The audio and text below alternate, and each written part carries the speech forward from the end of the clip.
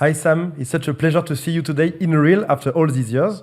Thank you. I will be asking you questions, and there is also Alfie and Olivier. Can you present yourself to the French? Thank you. I'm Sam Vaknin. I'm a professor of psychology. I, in the 1980s, was the first to describe narcissistic abuse. I coined most of the language in use today in the field. And I wrote a book, Malignant Self-Love, Narcissism Revisited, which by now is a mantra. And I published this book in 1999, long before anyone was talking about narcissism and so on. And I've been studying the phenomenon of narcissistic abuse for more than 30 years, because I think it's a unique form of abuse. And I think the impacts that it has not only on individuals, but on societies, on cultures, on political processes, on the economy, the impacts are enormous. And if we come to discuss it a bit later, narcissism is not only a trait, not only a disorder. Narcissism is also an organizing principle of our culture and civilization. Narcissism is a way to interpret reality, to make sense of it. And narcissism is also an agenda that dictates decisions on various spheres and levels, economic decisions, business decisions, political decisions, and so on. When you live in an environment that is so imbued with narcissism, it is very difficult. You have to take sides. You can either become a narcissist or you become the victim of a narcissist. Civilization forces you nowadays to take sides, and you must become one of the two. Wow. And so I saw that in the 80s and 90s, because I'm as old as the dinosaurs, and I started my work then. So many people see you as a reformed narcissist or an insider observer. Do you identify with that image? I have information that I derive from my diagnosis, but that is very long in the past. I have spent the last 30 years studying narcissism and teaching narcissism in universities and other settings. I have a database of 2,200 and something people diagnosed with narcissistic personality disorder. I've been following up on these people, not all of them, about 80%. I've been following up on them for 30 years, so I have a longitudinal study of narcissism and narcissists. I think it's the biggest database in the world, by far. For you to understand, the average number of narcissists in a typical study in academia, in psychology, the average number is 5 people. A study with 8 people is considered to be already, a huge, big study. And my database is 2,000 something. So no, my work today is not informed by my psychology or my life anymore. It reflects information about thousands of people with narcissistic personality disorder. Some countries, like France, for example, don't really quite well recognize narcissism. While Racamier, at the time, who was French, recognized it. What do you think about these countries? Shouldn't it be international? Well, first of all, there were major scholars, for example, Theodore Millon, who believed that narcissistic personality disorder is an American phenomenon. Millon said that this is a diagnosis that reflects American culture and society. And Millon was a major figure in psychology. It's not a small time, He's together with Otto Kernberg, is among the giants of the field. And he fully suggested that it is a phenomenon limited to the United States. The International Classification of Diseases, which is the book published by the World Health Organization, and is a diagnostic manual, which is used by 80% of humanity. 80% of humanity uses the ICD, not the DSM. In the ICD, there is no diagnosis of narcissistic personality disorder. There's no such thing.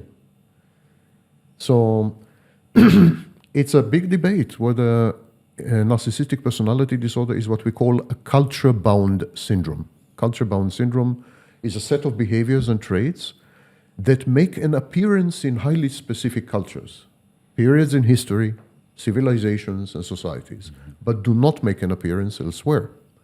That is not to say that you don't have French narcissists. Of course. I have lived here, and I can tell you, you have French narcissists. But the question arises whether this is a pathology or not.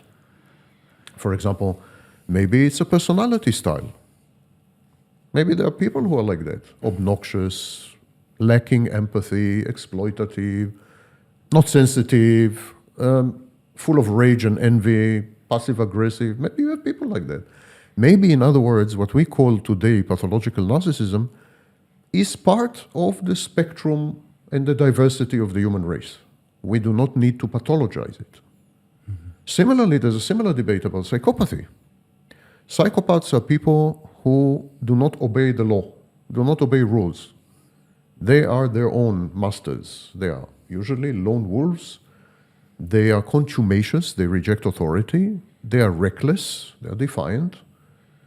And so they're not pleasant people to be with, and you wouldn't want to do business with them or to get married to them, usually. Does this make them mentally ill? Is this a mental illness? I personally don't think that psychopathy is a mental illness at all. Why? Because I think it's a social problem, not a mental problem, not a medical problem, not a clinical entity, not a diagnosis. It's a problem with society. These people have problem to function socially. It's not a problem. It's not their problem. It's a problem of society. For the others. So it's the same with narcissism. There's a big debate, and the ICD is offering another attitude, another direction. The ICD, International Classification of Diseases, edition 11, that's the latest edition. The ICD suggests the following. They say, don't talk about narcissism, don't talk about psychopathy, don't talk about any of these. These are artificial distinctions, artificial diagnoses. They're not real. And they reflect cultural values, social values, mores, conventions, norms. They're not medical. It's not a medical clinical entity. Instead, what the ICD is doing, what they suggest to do, they say like that, take various traits, like Lego, playing Lego. Take various traits, put them together. Take various behaviors, put them together, and create a profile that is unique to every client and every patient. So if you come to a clinician who is using ICD, the clinician will identify your traits, will identify your behaviors, and will create a profile that is unique only to Antoine, will not apply to Olivia, will not apply to me, and there's no way to generalize this profile. We see the same approach nowadays in medicine, where we are beginning to tailor treatments according to the specific genetics of the individual. There is customized medicine, tailored medicine. And ICD is saying the same. We need to get rid of all these categories, all these diagnoses. Labels. Sorry? These labels. Yes, Labels. we need to get rid of labels. We need to get rid of all this. It's not working also. Because today, if you diagnose someone with narcissistic personality disorder, in about 40% of the cases, you have also to diagnose them with borderline personality disorder, antisocial personality disorder, mood disorder, substance use disorder, and so on. A typical patient in the United States has 7 diagnoses. It's a comorbidity. Yes, and that is the comorbidity problem. There are other issues I will not go into. Sam, I have a question for you so that our audience will understand the basics. According to your experience now, what would be a simple and clear definition of narcissism to you so that audience would understand it very clearly? Depends what you're talking about. It's like you would ask me for a definition of a woman. Depends, Ça dépend. Ça dépend. Okay. So, and I'm being serious. I will explain what I just said. Narcissism is a trait, and as a trait, all human beings have this trait of narcissism. You could have low narcissism, high level, high intensity, low intensity, but all human beings have the trait of narcissism because the trait of narcissism is genetic. We all inherit a trait of narcissism. We don't know exactly which genes code for narcissism. We don't know which gene arrays collaborate to create narcissism or to express narcissism, but we know for sure that there is a trait, it is hereditary, and therefore it is 100% genetic. So this is number one. You have developmental narcissism. We know that when a child is born, in the initial phases up to age 36 months, it's very healthy to have narcissism. Children are narcissists. And we call it primary narcissism. This kind of narcissism remains with you for life. And this is known as healthy narcissism. We all have, you have healthy narcissism. Healthy narcissism is the foundation of self-esteem and self-confidence and the ability to even to interact with other people. So, healthy narcissism is also narcissism. Then you have societal or cultural narcissism, which is infectious, it's contagious. As I said, if you grow up in a narcissistic society, narcissistic civilization and so on, you will gradually develop narcissistic traits, narcissistic defenses, narcissistic behaviors. You will be infected with narcissism. Similarly, if you live with a narcissist, if you share your life with a narcissist, as a business partner, as an intimate partner, never mind, if you're exposed to a narcissist, you will develop narcissistic traits and behaviors. So this is, let's call it contagious narcissism, or societal, cultural, whatever. And finally you have the disorder. So the disorder, narcissistic personality disorder, is very rare, actually. It's 1%? It's about 1.7%. 1.7% of the general population have a narcissistic personality disorder. That means 1 of every 60 people. The truth is that you are extremely unlikely to have had a deep, meaningful relationship with a narcissist unless you have had 60 such relationships. So most people don't. And so when people say narcissism online, narcissism, there is a huge confusion. They confuse narcissism with psychopathy. They confuse societal and cultural narcissism with individual narcissism. They confuse the disorder with a trait. So you have self-styled experts online, they say narcissism is genetic. Speaking about it, yes. Is genetic, hereditary. Pathological narcissism is not genetic or hereditary. The trait is genetic, hereditary, and if the trait is exposed to certain environment, for example, abuse in early childhood or trauma in early childhood, then the trait becomes malignant, like cancer becomes malignant, and then you have pathological narcissism. But there is a confusion. So you have self-styled experts telling you it's genetic. The confusion is enormous, and it's extremely problematic. Even in academia, I'm criticizing now the online sphere, but even in academia, there is a huge confusion. For example, many of the studies about narcissistic personality disorder deal with people who have comorbidities.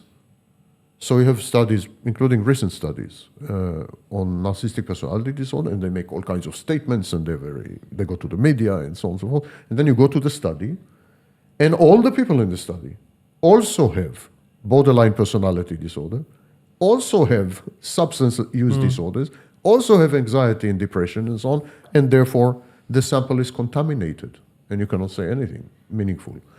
Even worse, in, I would say, 50-60% of the studies, they deal with dark personalities.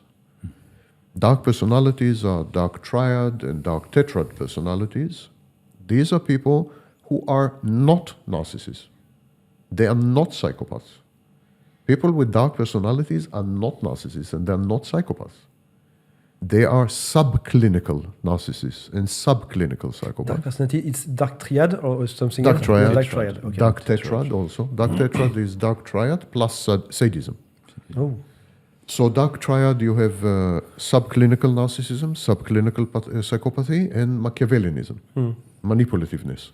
If you add to that sadism, you have dark tetrad.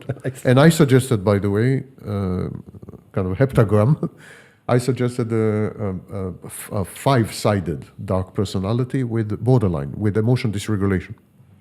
Okay, but coming back to the point, people, including scholars, and including academics, they make the mistake. They confuse dark personalities with narcissism. What does it mean, subclinical narcissism? It means someone who could not be diagnosed with narcissism. That's why we call it subclinical, not clinical. But many of the studies deal with dark personalities and they say these are narcissists, which is wrong. The field is in a bloody mess, excuse the French, yes? It's in a big mess. And it's very, very difficult to make sense of what's happening, not only online, but also in academia. And there is a huge confusion. And there are people, even in academia, who want to make money and want to become famous for 15 minutes. And so they come with all kinds of nonsense, like dark empath and I don't know what else. And so you need to be very, very careful who you're listening to. For example, there is someone called Keith Campbell. That's a real expert on narcissism. We disagree on many things. And he is not my fan, to use an understatement. He's highly critical of me. We just gave 2 interviews to New York Magazine, and he criticized me, and I criticize him, of course. But he is authority for me. He is an expert. I'm listening to him. I'm reading him. I'm learning from him. Absolutely. Even though he's not my fan, and I'm not. There's no ego here. I am a very arrogant man, but when it comes to intellect and learning, I'm a very humble man. Very humble. I learn from, but I see that maybe in the whole world there are 5 people I'm willing to listen to when it comes to narcissism. Maybe 5. I'm not sure. Otto Kernberg, Campbell, very few people. The rest is a huge mess. You said a sentence that is so hard, and I'm still thinking about it. You said one day, and excuse me if the quote is wrong, the narcissist is an emotional corpse dead inside. Can you speak a little bit about it? Yeah, that's not my invention. It's the common view since at least the 60s. It is now widely accepted in all the schools of psychology. It's widely accepted that at the core of pathological narcissism, there is a vast emptiness where a person should have been, where a self should have been, or Freud called it ego, never mind, where some structure, some construct should have been, there is nothing. What is the self, or the ego, or whatever you want to call it? It's a sense of continuity, a sense that you are the same person, never mind how you change physically, never mind how you age, you learn more, you have experiences, you change your beliefs, you change your values, you change location, you have an accident, you're amputated, it doesn't matter. In all these situations, you maintain a core sense, I am me. This I am me is what we call self. The narcissist did not have the opportunity to develop this sense of continuity. There was a disruption in the formation of this core identity. Consequently, where there should have been a person, the process of personhood, where there should have been a person, there's nobody, and there is nothing. It's totally empty. It's like empty inside. Yes, this emptiness is also in borderline personality disorder. Right. And so someone like Otto Kernberg suggested that borderline and narcissism are the same phenomenon, basically. He said that narcissism, pathological narcissism, is a defense against borderline personality organization. But he suggested that both of them belong to the same, they're very identical twins, same family. And in both cases, there is emptiness. Actually, emptiness, internal emptiness, is a diagnostic criterion in the DSM for borderline personality disorder. If you read the DSM in the diagnostic criteria, emptiness. So there is a sense of emptiness, and how do you maintain continuity? Because without it, it's very difficult to. In both narcissism and borderline, there is enormous dissociation. Dissociation means memory gaps, lost time.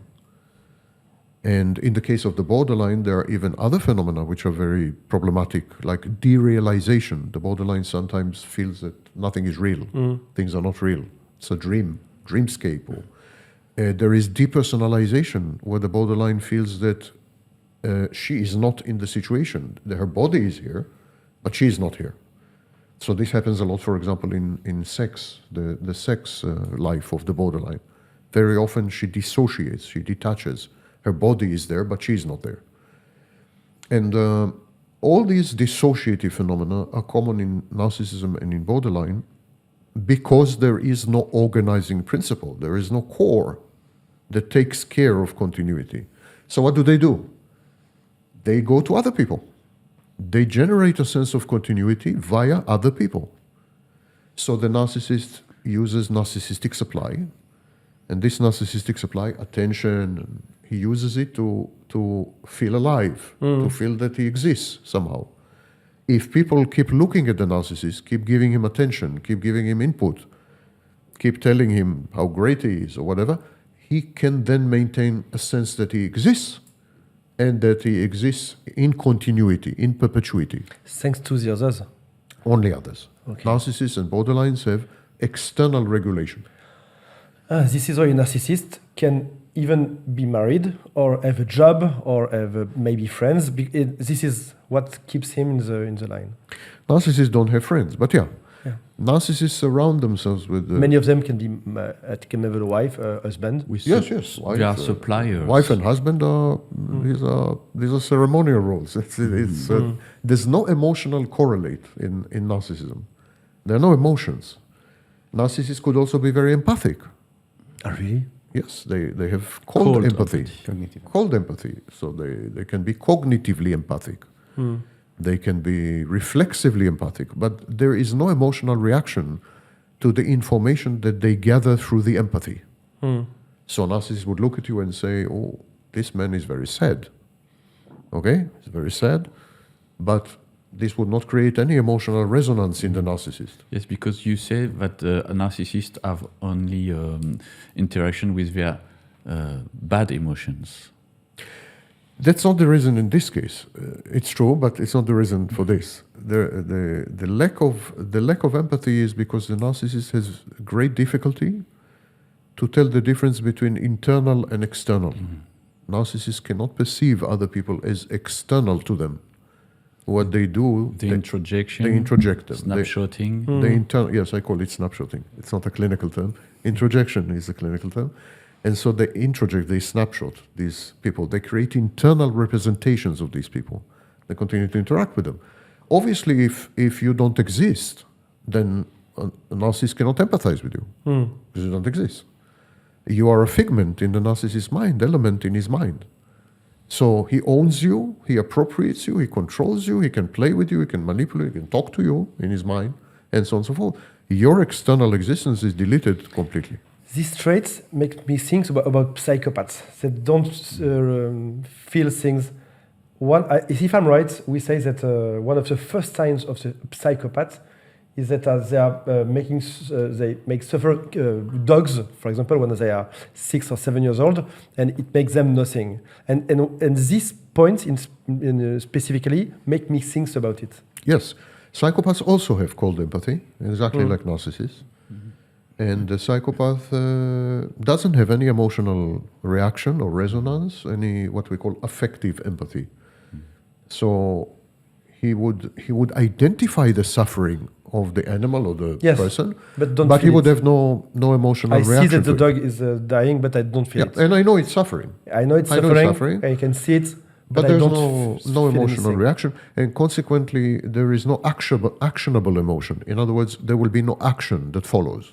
So if you see a dog is suffering, you will take the dog to the vet or you'll try to help the dog. The psychopath will freeze, will just look at the dog. Because there's no mediation of empathy. There's nothing will create action. So, but the psychopath is in much better mental shape than narcissist. Oh, really? I would have bet the opposite. Yes. Psychopaths are in much better shape. Psychopaths, first of all, are grounded in reality, whereas pathological narcissism is a fantasy defense. And do you think it's a psychosis? Kernberg believed that narcissism and borderline are pseudo-psychotic state, almost psychotic state. I believe the same. I think narcissists are in almost psychotic state constantly. because they cannot tell the difference between internal objects and external objects, And reality. and reality and fantasy. It's an interpretation of what they feel inside. They experience. They have only inner experiences. They don't have any access to reality. They have impaired reality testing. So that's the first thing. Psychopaths are grounded in reality. They are goal-oriented. They are very self-efficacious. They obtain the goals that they want. They want sex. They want money. They get it, and so on. And they don't interpret anything as a fantasy. They know exactly what's happening. While the narcissist is in a fantasy. The narcissist constantly in constantly in a dream state. Narcissist is like on a constant high, constantly on LSD. That's the first difference. So external, internal, fantasy, reality. Psychopath is the psychopath is also not in need of people. He doesn't regulate externally. He doesn't need other people to regulate his internal environment. He can maintain a stable sense of self-worth, the psychopath. He can maintain self-confidence and self-esteem at whatever level. Most psychopaths are grandiose, so it's high level, but it's stable.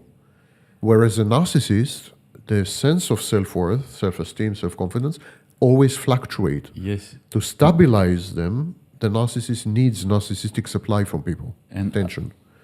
And as soon they are facing a trigger, then they can go into a rage, narcissistic rage, and it. Whenever the narcissist has a self-concept. The self-concept is inflated, fantastic, grandiose, detached from reality. We call it cognitive distortion. And this self-perception or self-image or self-concept is godlike.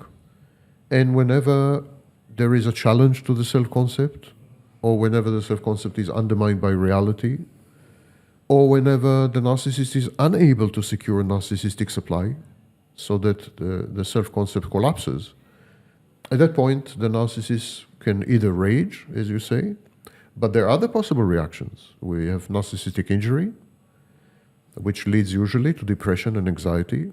We have narcissistic mortification, which in narcissistic mortification, then all the narcissistic defenses collapse, including the false self, and the narcissist becomes borderline. He has emotion dysregulation, suicidal ideation, and so on. In other words, the narcissistic structure is very fragile, very brittle, very vulnerable. The narcissist's story about himself, the narcissist's self-narrative, is so nonsensical, so divorced from reality, so crazy, so grandiose, so fantastic, that it is indefensible. You cannot defend it. If you believe that you are Napoleon, it would be a bit difficult to defend this belief against reality, yes? Anyone will tell you you're not Napoleon. Reality will tell you you're not Napoleon. Television will tell you you're not Napoleon. It's difficult to defend the narcissistic narrative.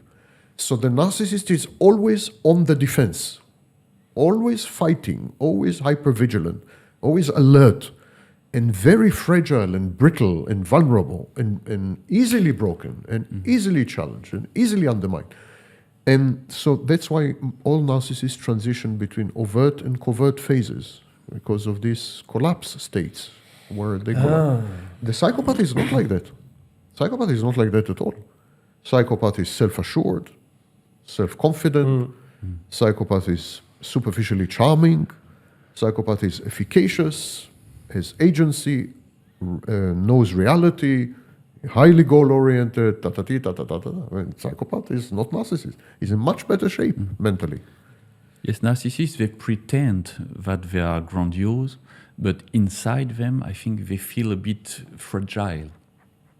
No, well, it's true that this is the case, but they don't feel it. They don't feel it. It is true that there is a gap between what we call implicit self-esteem and explicit self-esteem. Implicit self-esteem in the narcissist is a sense of shame, inferiority, vulnerability, inadequacy, failure. We call it the internalized bad object. So there is a sense of being less than other people. And then we have the compensation. We have the defense. Pathological narcissism is compensatory. So the narcissist says, I am godlike. I am not helpless. I am all-powerful. I am not ignorant. I'm all-knowing. I am not stupid. I am genius. I'm not. So the narcissistic narrative, the false self, the narcissistic narrative, this inflated self-concept, is compensation for what you said, for the inner shame and so on. But narcissist is not aware of that. There's no awareness. He doesn't know that if you question a narcissist, and we study narcissists in psychology, we talk to them, there are tests and so on, they would tell you that they experience only the compensatory narrative. They don't experience the inner reality. Because you said that there's a subclinical problem with narcissists, but I think it's very difficult for a narcissist to go to see a psychotherapist and admit his behavior. And how can you be sure that the narcissist will come and tell the truth to the psychotherapist? Yeah, well, a few things. First of all, overt narcissists, which is the kind of narcissist we all, when we say narcissist, we have in mind overt narcissists, Donald Trump type. So, Hi, Donald. It's a joke. so why? No, if you watch this show. There's MAGA here? No, because every time he says Donald Trump is a narcissist in his videos, he gets insulted in the comments. So, okay. It's okay. He didn't say it. I said it, and I did not say it as a joke. So we have this type of narcissist in mind: the Overt. the arrogant, haughty, exploitative, envious, self-confident, in your face, go-getter. In short, what we have is a caricature of a psychopath, in effect. It's not exactly the overt narcissist. But anyhow, the studies show that overt narcissists are more likely to attend therapy than general population, not less. And this is exactly narcissistic are more likely. more likely. This is exactly what we were discussing in the taxi. But I told you there is a difference between anecdotes and beliefs and myths and studies. That's why we need studies. Understand? Because when you look at academic studies, many of the things that people believe intuitively to be correct, common sense, if you're a narcissist, you're self-confident, why would you go to therapy? You would not go to therapy. This makes sense. It's common sense. But a lot of common sense is wrong. And a lot of intuition is wrong. And in this case, common sense and intuition are wrong, actually. Overt narcissists are more likely to attend therapy than general population, healthy people. And the reason is that overt narcissists frequently collapse. They go through stages where they cannot obtain supply, they're down, no one wants to associate with them, or they go through divorce, they go through bankruptcy, they go to prison, and so on and so forth. And then they end up seeking help. They don't seek help because they think something is wrong with them. They seek help because they think something is wrong with other people. And they want to learn how to manipulate other people. So the motivation to go to therapy is wrong. But they do go to therapy. And they get diagnosed. Very interesting. Covert narcissists are less likely to go to therapy than general population. But it's difficult to understand because, as you said before, narcissist goes from covert to overt, and from overt to covert, they're changing. When the narcissist transitions from overt to covert, they are more likely to go to therapy as an overt. It's an overt that became covert. But it's the same person, but not It's the the same same person. time of life. Yeah, but we have dominant types. You have dominant types. So in your lifetime as a narcissist, you spend 80% of the time as overt, then you would be an overt narcissist. Or you would spend 80% of the time as covert. And do you think it's when they are covert that they might try to do what Carl Gustav Jung said, separation and individuation? No.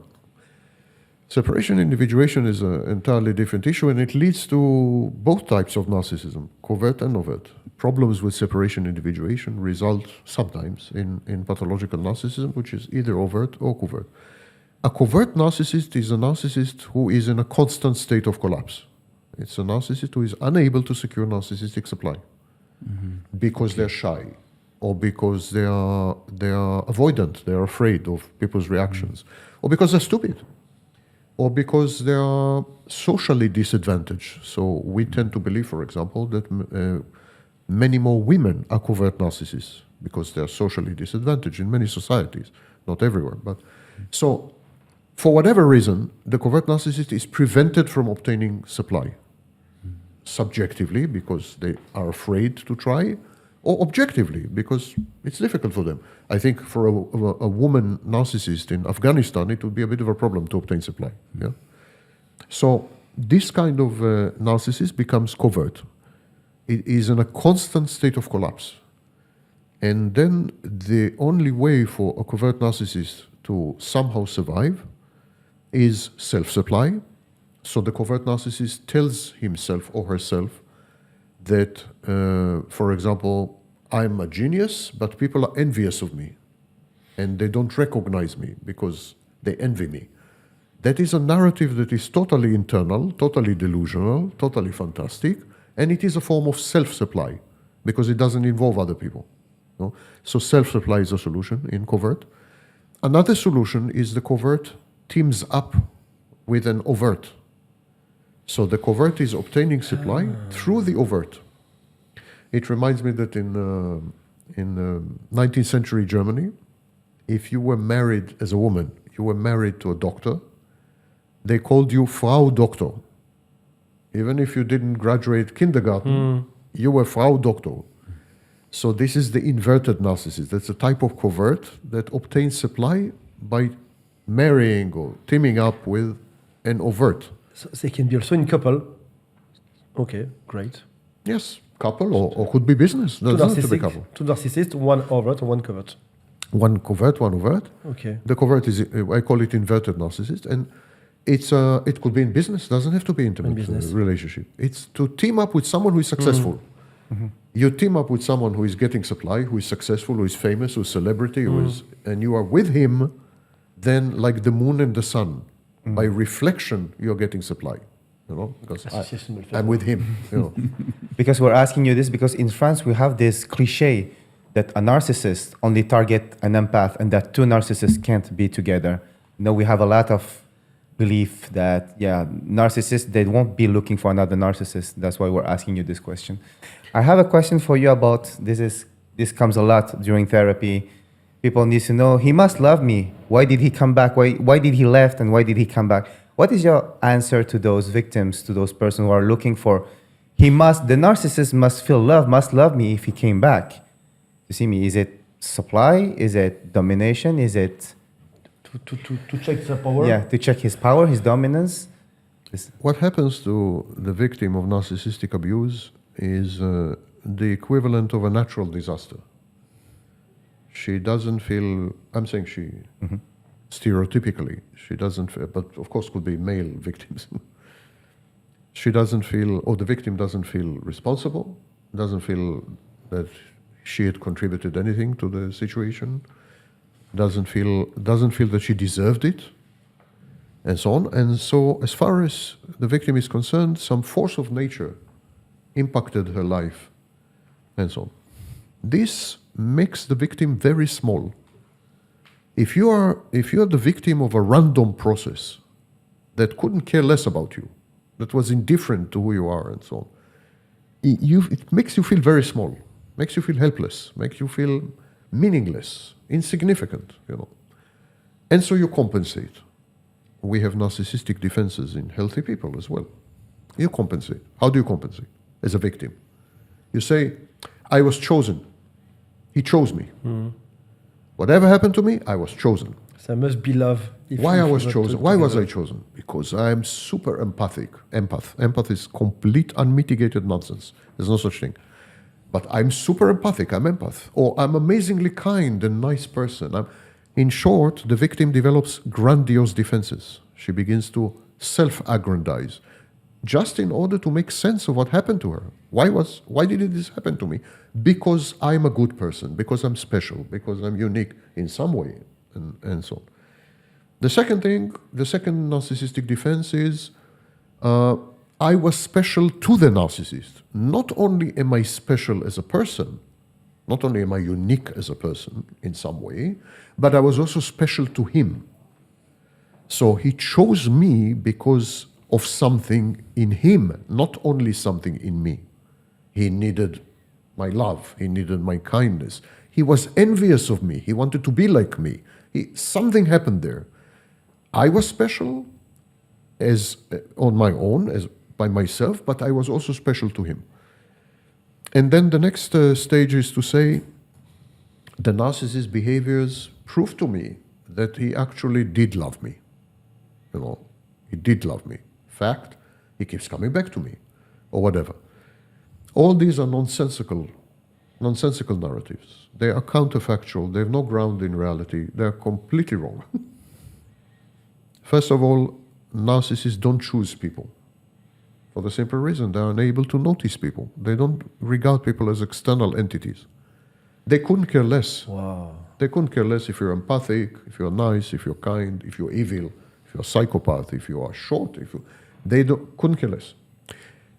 Some narcissists may choose you because you can help them to idealize themselves. You can help them to attract narcissistic supply.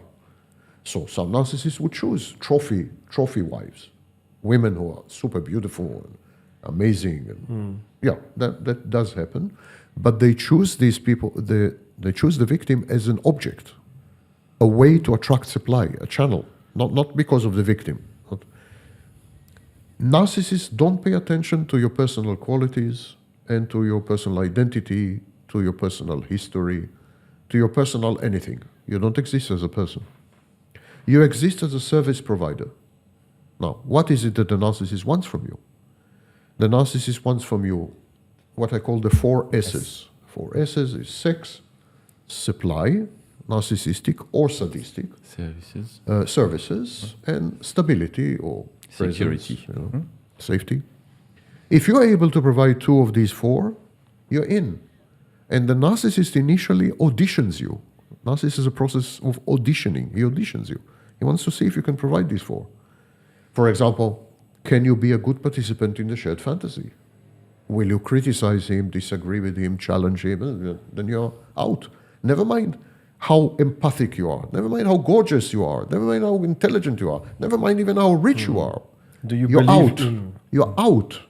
If you don't provide 2 of the 4, you are out. So you're a service provider. Are you emotionally attached to your internet service providers? I hope not. If you are, you need help. So it's the same. Are you emotionally attached to your refrigerator? Well, again, I hope not. It's the same. It's an object that provides these S's, these 4 S's. It doesn't have to be all 4, as I said. 2 out of 4 is enough. Consequently, anyone who can provide 2 out of 4 is equal to anyone else who can provide 2 out of 4. This is equipotence. Anyone is equal to anyone if they can provide these 2 out of 4, exactly the same way that you can switch from one internet provider to the other, because they can provide the same. Broadband, internet access, that's it. The victim, people in the narcissist life, not only victims, not all of them are victims, they're interchangeable, they're fungible, they're commoditized, they're commodities. They don't have personal identity. They don't have anything that renders them special or unique or whatever. If the narcissist comes back to you, the narcissist comes back to you for his own reasons. He comes back to you because he needs to finalize the shared fantasy. We can discuss it a bit later if you want. These are internal processes that are inexorable. They're stronger than the narcissist. Narcissist is a slave of the shared fantasy, exactly like the victim. And they push the narcissist to hoover you, to harvest you, to take you back. And all these stages, you don't exist really.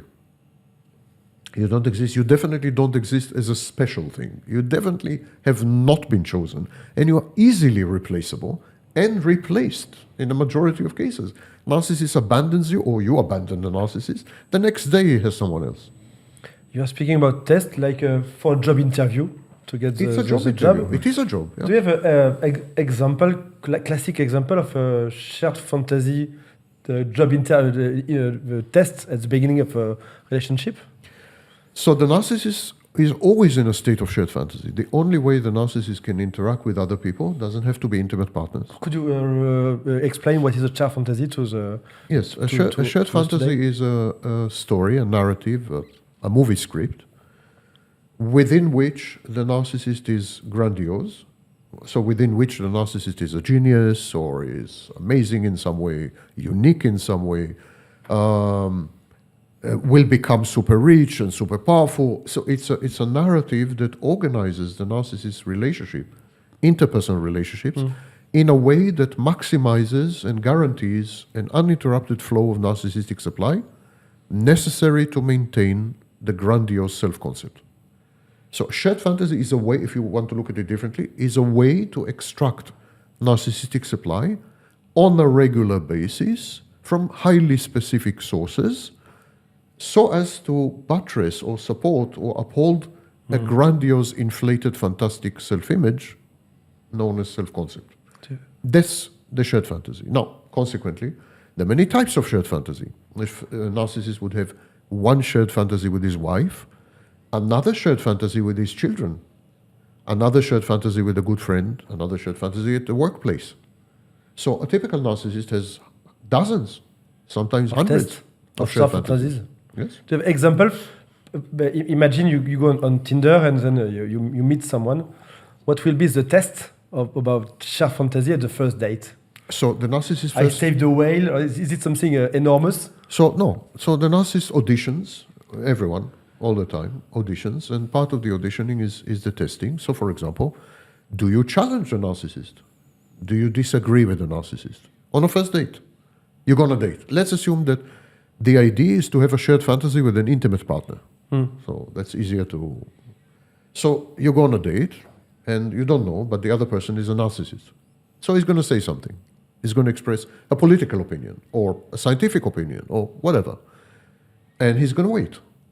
If you challenge him, or disagree, or criticize, You're out. or offer another opinion, or alternative, you're out. You failed the test. Yes. And You cannot say no to a narcissist. It's- As soon as you say no, you're punished. you're finished as a source of narcissistic supply or participant in the shared fantasy. You're finished in this sense. Narcissists may continue to be in touch with you. You can offer other things. You can offer money. You can offer access. You can offer, so. But as a source of supply or participant in the shared fantasy, you are done. You're finished. And that's one example of one of the tests. Another test would be maternity test, maternal test. A narcissist will, on a first date, will try to see whether you can be a good mother. And that doesn't matter if you're female or male. Doesn't matter if you're intimate partner or good friend. Doesn't matter if you're a boss or co-worker. Everyone should be the narcissist's mother. A narcissist converts everyone into maternal figures. It's a dual mothership fantasy. Yes, the dual mothership fantasy comes a bit later when the narcissist, but first of all, he needs to make sure that you can be a good mother. So for example, the narcissist would on a first date, try to see whether you can accept him as he is unconditionally, and he will, for example, expose something unpleasant about himself. Minor thing, not big confession, but something minor. And he would monitor your reaction. If you are critical, if you are rejecting, or if you are not enthusiastic about it, or if you are not all embracing and forgiving, then you're gone, you're dead. It's the test, you failed the test. So the narcissist subjects you to a series of tests in the auditioning phase. And if you succeeded in these tests, the narcissist moves on to the next phase in the shared fantasy, colloquially known as love bombing. And again, in love bombing, it's about the narcissist. Nothing is about the victim. Nothing is about the victim. The narcissist love bombs not because of the victim. It's not even to acquire the victim, because the victim is already acquired. She just doesn't know it. She is in the fantasy. She just doesn't know it. But it's not about the victim at all. The love bombing has two functions. The first function is co-idealization. When the narcissist idealizes the other party, by implication, he idealizes himself. Because if my wife is the most beautiful woman, the most intelligent woman, the most amazing woman, what does it make me? She is my wife, you know? Of course. It's like owning a flashy car, you know? I have a Lamborghini. What does it say about me? So when the narcissist idealizes the other party, he is actually idealizing himself, because in the narcissist's mind, the other party is in here, not out there. Introjected. The narcissist is idealizing the introject, is idealizing the snapshot, not the other person. You Photoshop the snapshot. Yes, he photoshops it. So it's I love it. in this sense, the love bombing is a way to idealize himself by idealizing the other. Even more, love bombing is about convincing himself. It's not about the victim. The narcissist repeats, "You're amazing, you're incredible, you're drop-dead gorgeous, you're super intelligent. I've never had someone like you. And what is he doing? He's trying to convince himself. He's actually trying to convince himself. Of course, to the other party, this is very addictive. It's intoxicating to see yourself suddenly as this gorgeous, amazing, incredible, super intelligent, unique, unprecedented person is addictive. And so people fall for it, and they want more. They want to see themselves through the narcissist's gaze. But it's a common mistake of the victim, coming back to you. It's a common mistake of a victim to believe that she has anything to do with any of these processes and any of the dynamics of the narcissist. The victim injects herself into the narrative and into the story because it's very difficult for her to accept that she has been absent completely. It's very difficult. It's a narcissistic defense. It's, in a way, this is one of the vectors of contagion. I'm saying that narcissism is contagious. If you're exposed to the narcissist, you are gradually becoming more and more narcissistic. And this is what's happening to the victims. In an attempt to render themselves significant, to make sense of what happened to them, they are becoming narcissists, in effect. And if you go to forums online of self-styled empaths and I don't know, all this nonsense, you will see that these people are grandiose and they're highly narcissistic. They are aggressive. They are, they resemble very much narcissists. You said him, her. In some studies, they say there is a number equal of women and male narcissism.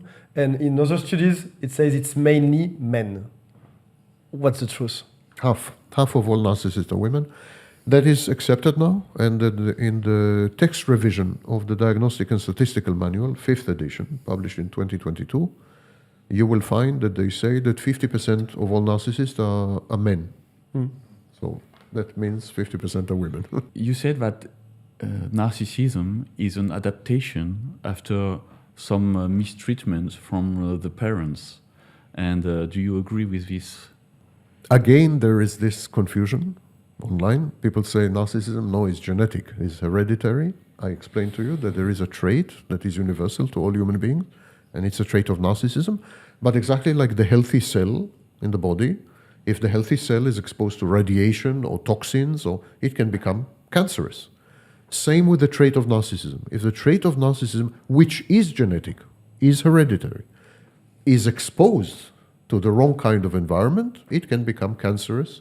And that's why my book is titled Malignant Self-Love. It's a cancer. It's a cancer of the soul. It's stage 4 cancer. Narcissism is stage 4 cancer.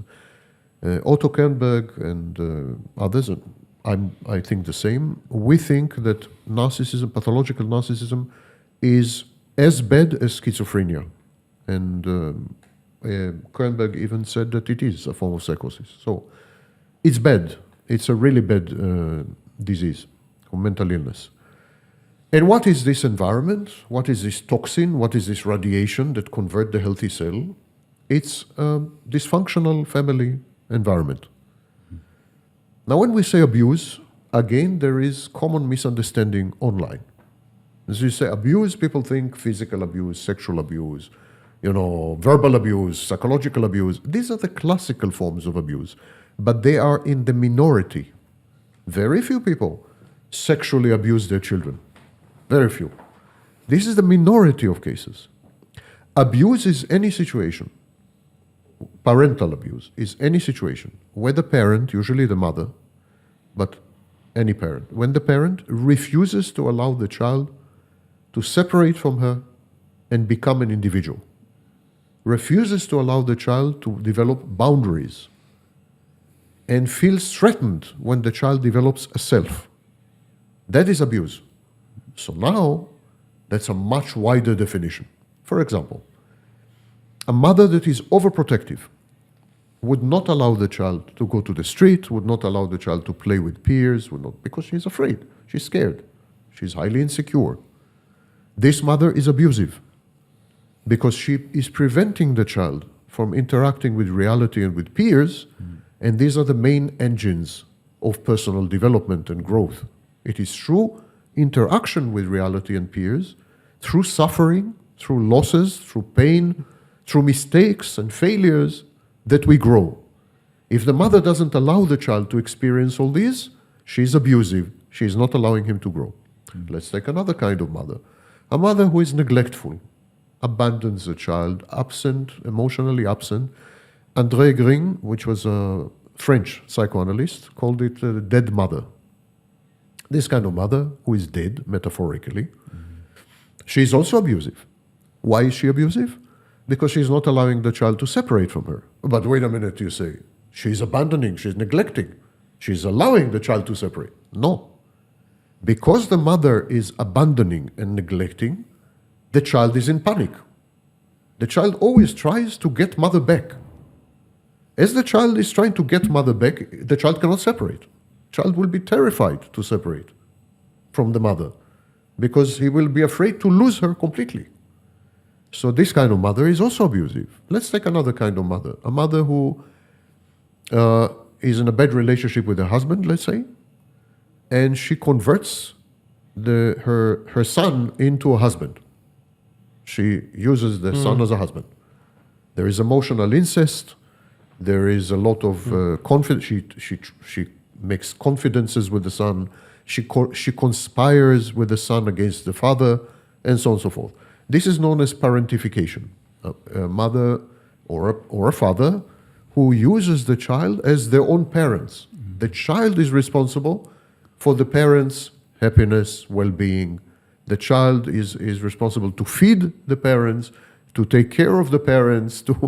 This is parentification. It's abuse, of course. And that's what happens in the relationship when they are trying to do the reenactment. Yeah. Allow me to finish the inventory of abuse, because this is a seriously problematic area online. When people don't understand what is abuse, and they say, it's not true. My narcissist, he had a wonderful mother. He had a great family. It's not true that there is abuse and trauma. But what people understand as a great family is actually highly abusive. That's incredible. Let's have another example.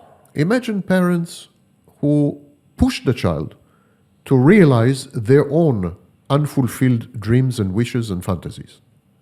The mother wanted to be an actress. She's pushing her daughter to become a model and an actress. The father wanted to be a pianist, failed, did not succeed, pushes his son to be a pianist. It's a famous case in Australia. The son ended in mental asylum. There's a movie, Shine. It's called Shine. It's a great movie about this. So when the parents push the children to realize their own unfulfilled fantasies and dreams and wishes, that's abuse. In all these situations, as you see, the child, this kind of abuse is called instrumentalization. In all these situations, you can see the child cannot separate. You have emotionally blackmailing parents. They say to the child, you owe us. We sacrificed ourselves for you. Or, I cannot live without you. If you leave me alone, I will die. You know? Or, I cannot do this. You need to change my bulb, you need to fix my television, you need to, and they all the time. So, all these parents refuse to let the child go. What is the main role, main function of a good enough mother? In a minute, I will explain why mother and not father. Because also online you have debates about this. Yeah. Why mother? Father? It's No, a figure. Unfortunately, it's mother. These are all forms of abuse. Because the child is not allowed to separate and individuate, and not allowed to become a person. In all these situations, we have a chance of 2% of pathological narcissism. The child may react with pathological narcissism. What is pathological narcissism? It's a fantasy defense. The child finds reality unacceptable. The child grieves because the child wants to become and is not allowed to become. So there's grieving, there's lifelong grieving for what you could have been and you will never be. Mm-hmm. And so you are going to say, what is a good mother? Yes, I'll come to it in a minute. So in all these situations, there is a 2% chance that you will end up having a narcissist as a child. A good enough mother is a term coined by a phrase coined by Winnicott. Winnicott was pediatrician, later became psychologist. So a good enough mother has essentially one role, and one role only. Is it to feed the child? No. Is it to love the child? No. That's not her role. Her role is to push the child away. This is the role of a good mother. Her main role is to push the child away, to legitimize, to give the child a good feeling about walking away. So a good enough mother would not be narcissistic, would not be self-centered, would not be insecure, would not be depressive, would not be abandoning, would not be neglecting, would not be instrumentalizing, not parentifying, not pedestalizing, not idolizing, none of this. These are all bad mothers. A good mother is a mother who tells the child, don't worry about me. Go. Go. Explore the world. Play with your peers. And you said it's between 6 months and 3 years. So separation individuation starts at 18 months and ends at 36 months. It has multiple stages. It was first described by Mahler, who was a psychologist. It has multiple stages. They're not easy to manage. And parenting is fine-tuning function, fine-tuning behavior. And many parents get it wrong. Maybe even the majority, I don't know. In a society where we divorce, 1 out of 2 divorce today, we can easily imagine that 2 parents were mandatory to raise the kids. Today it's not the case. How come that, despite the fact that divorce increase, the percentage of narcissism stay the same since 50 years? Because fathers are not very necessary. Sounds very? Fathers are not very necessary. Ah, okay. Really? Okay. The father fulfills an important role, usually after age 36 months. And the father's role is to teach. The father teaches skills, to play baseball, I don't know. The father teaches what we call scripts. Scripts means specific behaviors in specific situations in society. So a very famous script is the sexual script. So the father teaches by example or directly teaches about sexuality, flirting, courtship, and so on. Usually it's by example. The child observes the relationship between the parents and adopts a script. This is called modeling. This process is called modeling. The father is also a socialization agent. The father teaches the child what is right, what is wrong, and so the father is instrumental in developing what Freud called superego, conscience, whatever. These are all social roles. I could say the following. The mother is responsible for developing the self, the ego, the personhood, who you are, core identity. The mother makes you. After the mother made you, she hands you over to the father, and the father teaches you. So that's why all the major authorities, including Bowlby and you name it, all the major authorities, like Freud, of course, and to a lesser extent, Savaknin, we all agree that it is the mother that is crucial. I always thought that the mother was taking care at home, and the aim of the father was to cut cut the rope and to push the baby outside. No, it's For the ex- mother. The It's mother the mo- is doing and it's the mother. It's the mother is doing this. If you go to the park, you see mothers with children. So the child walks away a few steps and then runs back to mommy and hugs her. So for the debate, and don't criticize me in the comments, when a couple divorce and we split half 1 week for the father, 1 week for the mother, it could be a bad thing. We should Depends on give the age. more on the Depends on the time age. to the mother. Depends on the age. Why did I say that fathers are much less necessary than mothers? Because you could learn skills and scripts from multiple sources. You can learn it from teachers. You can learn it from role models on television. You can learn it from peers. Actually, today we know that peers teach the child much more than any father and mother combined. Wow.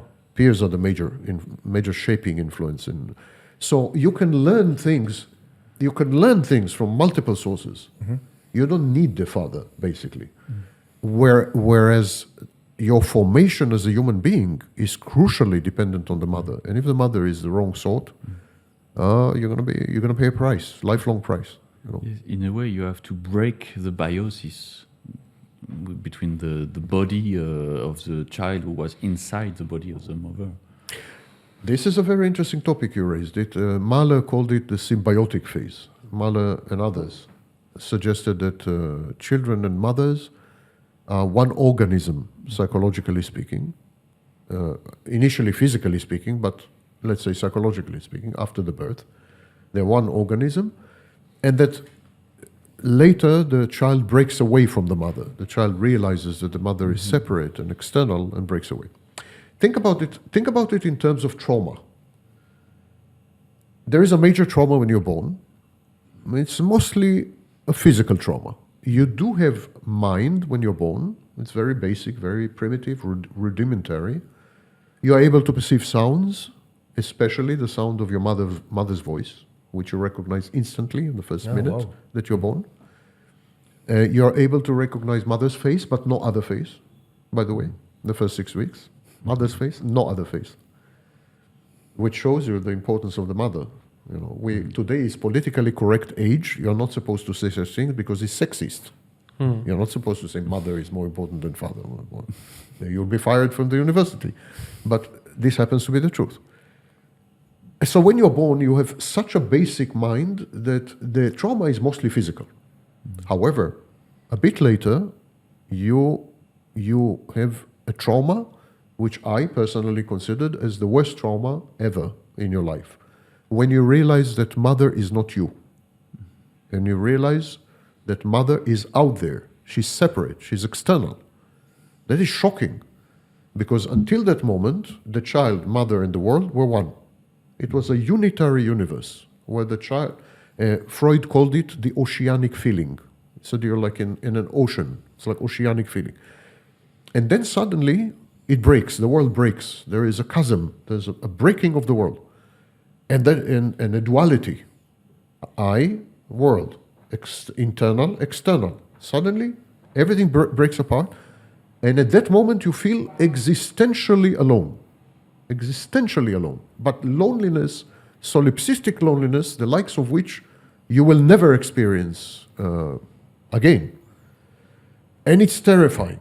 Because if you and mother are not one, you cannot control mother. You realize suddenly that there is no control over mother. She can frustrate you, and she does. You want food, she's away. You know. And so suddenly everything falls apart, and it's a gigantic trauma. Here is the key: how do you come to learn that you are separate? How do you know that you're not one with mother?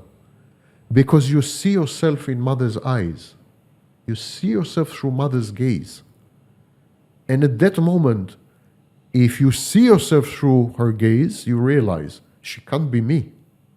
She cannot be me. If I'm seeing me there, it's not, there is me. Suddenly there is a sense of me. There is no sense of me until 6 months. We know it from rigorous experiments and so on. There's no sense of me. But suddenly there's a sense of me. At that moment, is the beginning of the self. At that moment, a boundary is formed, externality, internality, separateness, and so on. Everything is formed, and now starts a process that leads to individuation. You become individual. This is where there is a disruption with narcissism. This process in narcissism So is it's broken. It's a start Broken. of the construction of the self. Yes, it's broken completely. I have a question for you about, you often say that victims of narcissists unknowingly participate in a psychological dance.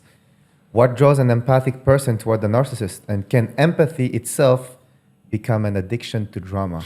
You have some people who say they go with a narcissist, then they meet a second person, it's a narcissist, and they start to be addicted to something that makes them feel butterflies or vibrate and stuff. And then when they get into a healthy relationship, it sounds flat, Boring. boring.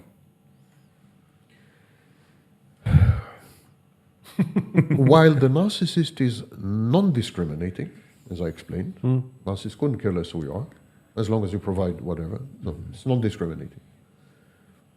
The victim is discriminating. Narcissists are not, victims are. To be attracted to the narcissist, you definitely need to have a highly specific personality structure. Why am I saying this? Again, if you go online, self-styled experts would tell you that narcissists are irresistible, they're great actors, they are charming, they are this, that. None of it is true, unfortunately. Studies show that we have a very negative reactions to narcissists within the first 30 seconds. Multiple studies. wow. Multiple studies, not one study, many studies. Most famous of which in Harvard, studies in Harvard that actually came up with a different answer. The studies in Harvard said that we have this reaction in 3 seconds, not 30. But the majority, the consensus of these studies, many studies, had it been one study, you know, I'm skeptical, okay, one study, but many studies. And so what happens is within 30 seconds, we develop extreme acute discomfort, even when the exposure to the narcissist, to the narcissist is through a video. Even when the exposure is through an email, by reading an email. I think you said even on Tinder. Any exposure. Any exposure to narcissist, even email message, creates this. I call it the uncanny valley reaction. Yeah, It's uncanny valley. Okay, so it is not true that there is this inexorable, irresistible attraction, you cannot help yourself, magnets, I don't know what, and you fall prey to the narcissist. You choose the narcissist. It's a choice. You have to overcome this uncanny valley reaction. You have it, but you have to overcome it. You have to deny it. You have to lie to yourself. You have to reframe the situation. You have to see the good side of the narcissist. You have to say, I should give him a second chance. You have to say, it's not okay to judge someone in 30 seconds. You know, there is a cognitive process going on, active, to falsify the situation, for you to stay with the narcissist. Because normal, healthy person has a reaction of getting away immediately. Even in Facebook, and I remember there's a study on Facebook posts. You said a normal person should Gets away. Get away. Gets away. And so the victim we made doesn't. a series of studies where we asked people, do you think it's a narcissist or not? And we showed them posts from Facebook. Do you think it's a narcissist or not? And we exposed them to 30 seconds of posts. So they saw 2-3 posts. I don't know. How many posts you can see in 30 seconds? Then we asked them to identify who is a narcissist, who is not. They were 85% accurate. Wow. They identified people who were diagnosed with narcissistic personality disorder 85% of the time accurately. And it created in them extreme discomfort. The victim has to overcome this. The victim has to lie to herself. How is it possible? Yes, it's a It's a fact. mirroring process, maybe. The mirroring process. Well, we're not quite sure what's happening there, but there are other studies that show that we judge people accurately within 3 seconds. There are other studies, Harvard studies that I mentioned before, and they show that on average, 3 seconds are enough for us to evaluate people more or less appropriately. Wow. Intuition is wrong 50% of the time when it comes to facts and predictions. We are wrong 50% of the time. But it's almost 90% accurate when it comes to other people. So it means if someone is always having love relationships with narcissists, it means this person is actively looking Yes. for a narcissist. It's a choice. Like absolutely. this, like this woman falling in love with people in jail, men in jail. It's a choice. It's a choice. It's an absolute choice I'm because she has I'm to overcome. making the choice to go with Yes, someone because she that has- will hurt me. Because she has to deny and overcome and suppress the uncanny valley reaction. Incredible. So why? What makes yes? Okay. Yes, why? Why? So I said it's a special personality structure, but I had to explain why I think so. So that's one of the reasons. And we have studies, for example, that show that borderlines are much more likely to have relationships with narcissists than the average population. So we have some studies about some types of. I think, first of all, it should be someone who intensely dislikes reality. Someone who is disappointed in reality, who had bad outcomes in reality, is not self-efficacious, no agency, has no power over her life. She feels helpless, hopeless. Someone who has just experienced something bad.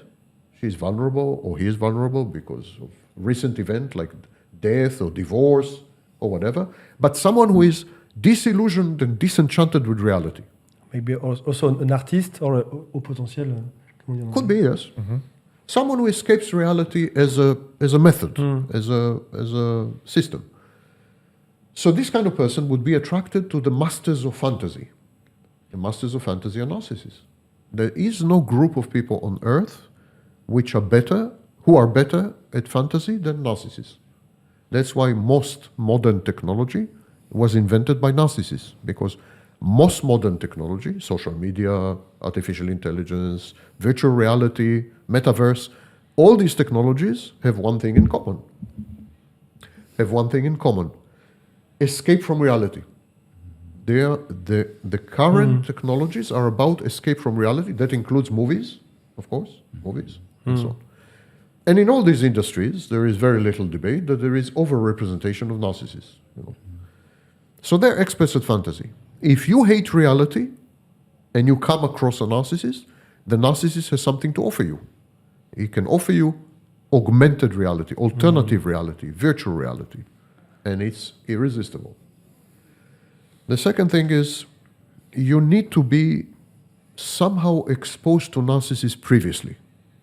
Maybe your parents were narcissists. Maybe your siblings were narcissists. Maybe you grew up in a highly narcissistic culture or society or civilization. Somehow you need to have previous exposure to narcissists. You need to have what we call pre-morbidity. Pre-morbidity. You need to be conditioned to react to narcissists, sensitized to narcissists. And that prepares the ground. So it's not wonder that people who grew up in abusive families tend to end up with narcissists. The third thing is, I think it's very difficult for all of us to accept that narcissists are the victims, much more victims than the victims. Narcissists are victimized children. They're victims. So we have two types of victims attracted to each other. It's not narcissist and victim. It's one type of victim with one type of solution and another type of victim. Victims attracted to victims because they share the same language, same background, same history, same sensitivity, same, they're the same. And often in the relationship, so we feel like the other, the narcissist, wants us to experience their own traumas. Yes. And that's why Keep this in mind and ask me a bit later, because what narcissists do, they impose everything on the victim. It's a good question, but in a minute. So often the victim will tell you, I never felt more understood in my life. That's true. Never. Or I was so accepted fully. Why? Because it's the same family. Narcissist and victim are the same people. Only the narcissist chose a different solution. What the narcissist chose is known in psychology as identifying with the aggressor. There was a psychoanalyst, his name was Ferenczi, and Ferenczi coined this phrase. And he suggested that some victims of abuse, their solution is to become abusers. And say, from now on, I will never be a victim. I will be the abuser now. So this is the narcissistic solution. But it's a victim. The next thing is the narcissist baits or lures the victim, baits her. How? In a variety of ways. But let's take one way. The narcissist is a child, mentally and so on. Narcissists are about 2 years old. Intellectually, they are developed. They have what we call semantic memory. That means they can learn how to do things. They can learn how to, they can be professors of psychology. But they're children. Emotionally and psychologically, they're children. So when they meet what we call a victim, they expose the victim to the child. They expose. And then the victim reacts with maternal instinct. She becomes protective. Mm-hmm. She wants to nurture. She wants to love. So this is a bait. Narcissists have a very sophisticated system of baits. Another bait, the hall of mirrors. The other bait is like, you will see yourself idealized through my gaze, and you become addicted to it, and so on. Another bait is, I will be your mother. I will love you unconditionally. I will accept you as you are, and so on. So there are baits and lures that the narcissist uses to attract the victim. And ultimately, if you have the correct personality structure and personal background, you would find the narcissist irresistible. And if you don't, you will run away after 30 seconds. It's as simple as that. It's a binary situation. It's a dichotomy. You don't have people who they come across a narcissist or they meet the narcissist like for 6 years and then they fall in love and they have a shared fantasy. There's no such thing. Or you fall for the narcissist in like 2 weeks, or you don't fall for the narcissist. It's black and white, yes or no. And the reason is this, the personality structure. Before we'll speak a little bit about your method and your book. Before this, what do you think about other experts on YouTube, for example, that are self-proclaimed narcissists? And there is a legend that says that most of them are borderlines and not narcissists. Is it true? Have you seen them? What do you think about them? Expert is only someone who possesses an academic degree and is... I'm speaking about the one saying that they are narcissists. Self-aware narcissists. Self-aware narcissist is one thing. Expert is another. Okay. Self-styled experts. Self-styled experts is another. I'm very sensitive to this because there's a lot of contamination in the field. I have no problem with self-aware narcissists. I was the first, obviously. I came out, if you wish, in 1995. And I was the first person, I think, in human history, actually, who has admitted to being a narcissist. So I have no problem with this kind of confessional creed or attitude. Where I have a problem is that when people say, because I'm a narcissist, I'm an expert on narcissism, that is not something that is not legitimate, because to be an expert on narcissism, you need to study narcissism in an establishment of higher education. You need to be exposed to experiments and studies. You need to work in the field and so on and so forth. These people obviously don't have this. And even less legitimate is to say, I am a reformed narcissist. I'm a recovering narcissist. I'm a healed narcissist. And so on. This is con artistry. These people are swindlers and scammers. There is no such thing as recovered, reformed, or healed narcissists, period. You can't heal from narcissism. Sorry? You can't heal from narcissism. I don't even understand the term. I don't know what does it mean to heal from narcissism. The narcissist is his narcissism. How can you heal from being Antoine? Tell me. Can you heal from being Antoine? It's not a disease. Because we had a question about therapies and about your cold therapy. Yeah, we can discuss this, Yes. but you cannot. Narcissism is not the flu. It's a trait. Narcissism is not extraneous to the narcissist. It's not an acquired disease somehow. Narcissism is the narcissist, and exactly as borderline is the borderline. Now, again, we live in a politically correct age, and we are not supposed to say that people are their disease. You're not supposed to say that. There is a person who happens to have narcissism, and there is a person who happens to have borderline. as if the narcissism and borderline are incidental. They are like paint, makeup, veneer. It's not true. In severe mental health issues, in severe mental illnesses, the illness is the person. You cannot divorce the two. A schizophrenic is a schizophrenic. Maybe you can restrain yourself a little bit. You can modify behaviors, Modify obviously. a little bit, adapt a little bit. Yes, you can adapt, you can modify behaviors, that much is true, absolutely. We can teach a narcissist to be less antisocial, less abrasive, less obnoxious, more socially acceptable, and so on and so forth. It requires a lot of work and a lot of repetition, because narcissists relapse exactly like alcoholics. And there are many studies that say that alcoholics are narcissists, in effect. So there's a lot of relapse, and narcissism can easily be described as an addiction, because narcissists are addicted to narcissistic supply. So, and so you cannot, whereas, for example, I mentioned addiction, the alcoholic is not only alcoholic. That means I can't say that the alcoholism is the alcoholic, because alcoholism is a behavior. So I can't say that alcoholism is the alcoholic, but narcissism is the narcissist. It's not only behavior, it's everything. It's traits, behaviors, interpersonal relationships, everything, you name it, any field, anything, everything, family, workplace, everything is influenced. I understand. It's not some Vaclin, it's the DSM. The DSM says that narcissism is all pervasive. All pervasive.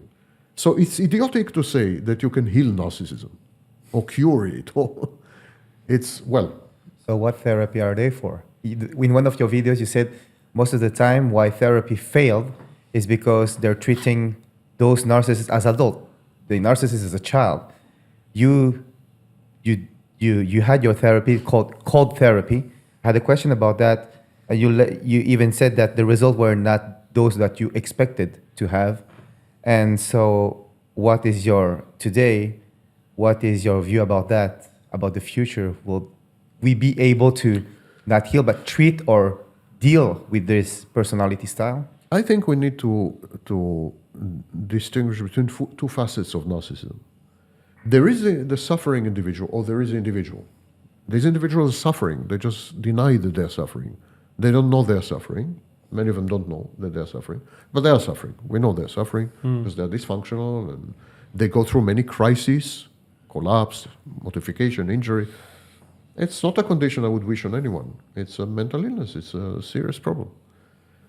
So there is this, and the question, can we help this individual in any way? And there is another aspect, and that is the relational and societal aspect. Can we minimize the damage that these people have on other people? Exactly. So therapy, it's legitimate for therapy to cope with both sides. It's legitimate to give therapy in order to minimize societal damages and impact on others. It's totally legitimate. And it's legitimate to give therapy to make the individual more functional, more happy, and so on. When it comes to the individual, the maximum we can do is we can modify behaviors.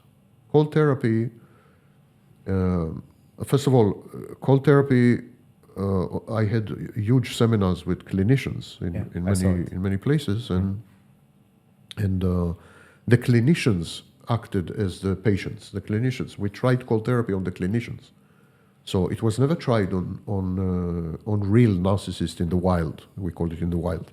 It was never tried in the wild. It was tried on clinician populations in Brazil, in Hungary, in Austria, in Russia, and other places.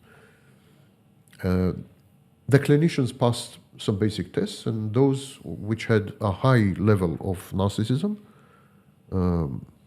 we administered NPI. They were treated they experienced cold therapy. It was not treatment even, they experienced cold therapy. Cold therapy was intended and has only one impact, and that is to eliminate the false self, eliminate the need for narcissistic supply, and eliminate the grandiose defenses which falsify reality, restore reality testing, and allow the narcissist to function without the need for self-aggrandizing, inflated, fantastic narratives. And that's it.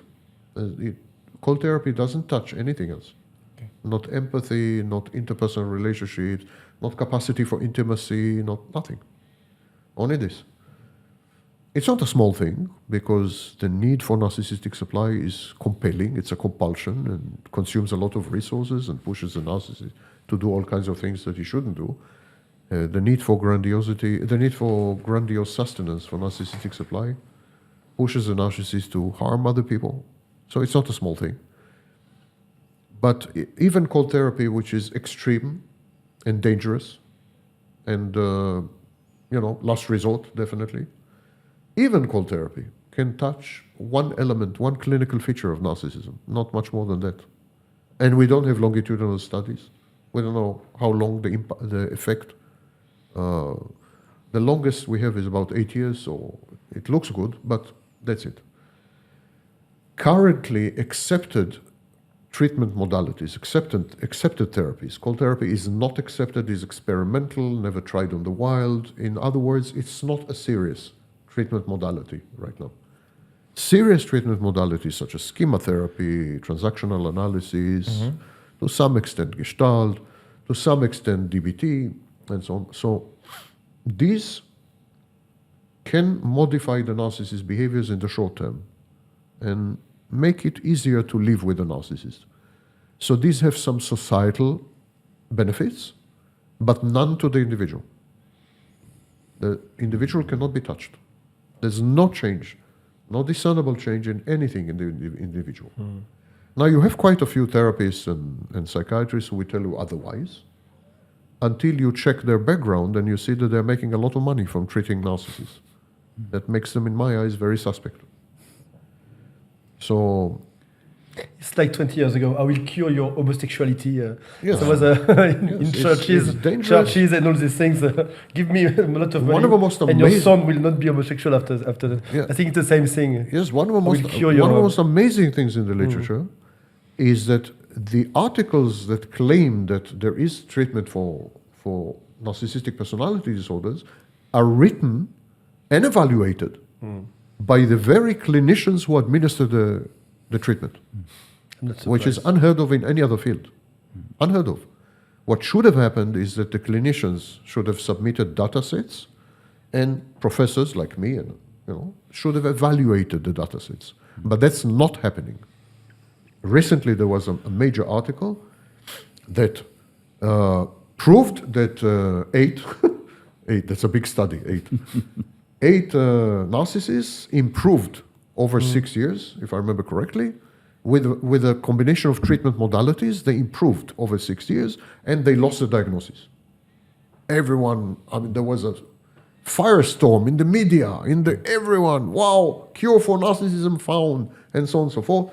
Well, 8 people, but the problem was the article was written by the very psychologists and therapists who treated these people, and then evaluated by these very people. There was no outsider in the whole process, in the whole article. There was not a single outsider. So, of course, what do you want to tell you?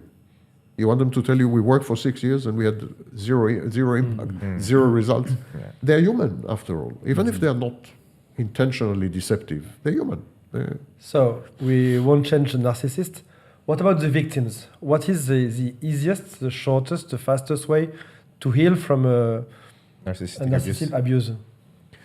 In the majority of cases, the victims came into the situation, came into the shared fantasy already damaged and broken, already with many problems. Even if these problems were not overt, were not overpowering, were not overwhelming, and still there is some problematic background involved. And the greatest lesson that victims can take out of a narcissistically abusive relationship is that something is wrong with them. And they need to work on themselves.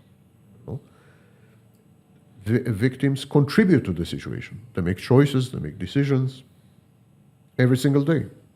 Not to walk away is a decision to stay. And to deny this, to deny responsibility, to demonize and mythologize the narcissist so as to remove any guilt and blame and shame from yourself as a victim, that's not very helpful to any process of healing, and it means you will end up in the same situation again. The problem with the narcissistic abuse is that it's not superficial. It's not that someone beat you up. Someone beat you up, hospital, this, that, police. It is much more insidious, much more, it's a takeover of your mind. Your mind has been hijacked and then re-engineered, reprogrammed in a variety of ways, entrainment, introjection, and so on. And then you were infantilized, you were regressed, so all your adult faculties and agency were taken away. Damage is enormous. The damage is enormous because you were converted into an internal object, and through something known as projective identification, the narcissist forced you to lose your externality and separateness. He forced you to become an internal object in a way, so you lose your core identity. You lose everything. You lose your mind, core identity, agency, adulthood, and so on. And you need to start from zero. In the wake of the relationship, you need to start from zero. You're 2 years old now, and you need to separate. You need from the narcissist, who was your mother. You need to separate. You need to individuate. You need to eradicate, eliminate the introject, the narcissist voice in your mind. You need to get rid of the entrainment with CBT, with cognitive behavior therapy. You need then to learn to walk, to become independent again, to develop agency, trust in yourself, self-efficacy. You then need to begin to trust the people and world again. The damage in narcissistic abuse is so massive and all-pervasive that I had to coin a new phrase, because otherwise we could have said abuse. Well, why to say narcissistic abuse? It's not the same as any other type of abuse. You were not targeted because of something you had or something you did. You were targeted because you were. You existed. Most of the YouTube channels and videos speaks about the step one, which is this is his fault, the narcissist. His fault. He did this, he did that. And by the way, it's nearly the same sentences they all say, the same techniques. It's quite perturbing. I remember my first YouTube videos that I saw about it was exactly what I was living at home. The same phrases, sentences, habits. But YouTube is a place to accuse the others. He is a narcissist, he did this to me. And I have the feeling that to go further, to heal, you need to see a therapist and to start thinking, it's not him, what it reflects about me.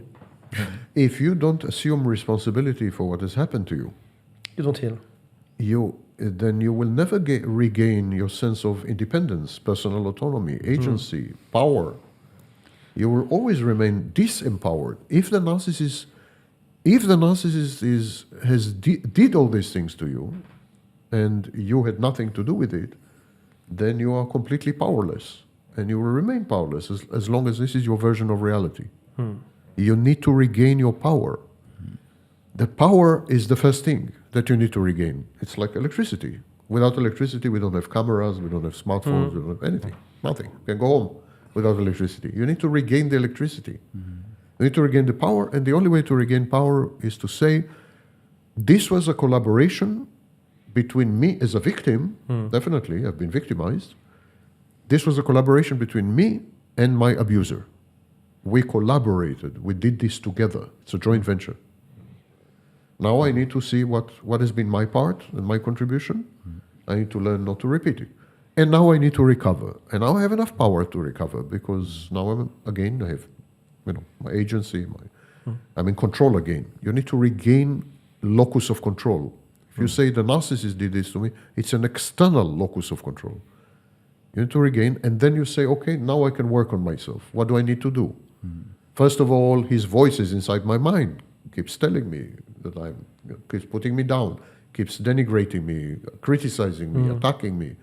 It's like a harsh inner critic. So I need to get rid of this voice.